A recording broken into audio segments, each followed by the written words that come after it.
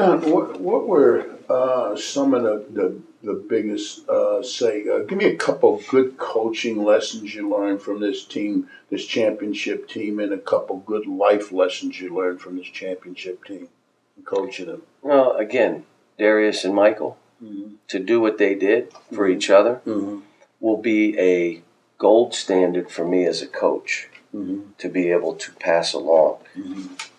Would you do what Darius did?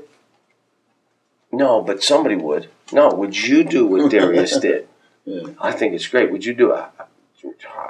How would their parents be? Let me tell you a story about Darius Miller. Your son's in the same position. Here's what he did, and look what happened for him. He's still playing. So is that bad, or is this ego? Is it about starting positions and minutes, or your son learning and growing and becoming a pro or whatever he chooses to do, reaching his dreams? Tell me what it is. Because if it's about ego, I don't really want to talk to you. If it's about me teaching your son, let's talk.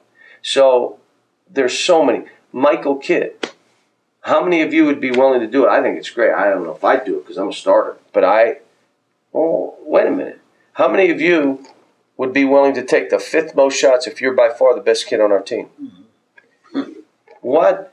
And then the other thing is, when you look at them and you talk about they really had emotion for each other, and they were invested in themselves and each other, which brought joy. You could see the joy when they played, and you could see the joy they had for each other. We had 7 different players lead us in scoring, and they loved it.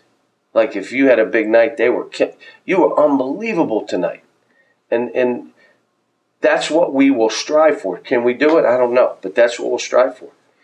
It was, one of the things at the conclusion of the season, I tried to analyze your team and what made this team so special. And one of the things that I wrote down was it was a team that had a low ego level.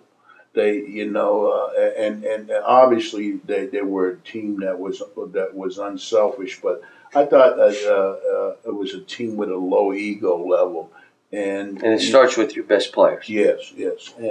And I think a point that you made that young kids watching this video should embrace and understand is that the National Collegiate Basketball Player of the Year, not close. It was 5th on his team in shot attempts, and he won all the awards. Yes. So it just shows that you don't have to be unless you're ego. Yeah, unless it's ego. Right. The number of shots taken, I think, is an ego satisfier for most players. It doesn't always translate. So is your goal to get shots or reach your dream? Right.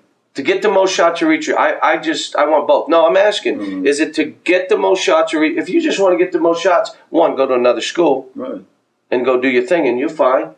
Now, if you don't reach your dreams, you're okay because you got what you wanted. You wanted to just take the most shots. But it's hard because egos do come in. The best compliment was paid to my team by just about every coach, their demeanor.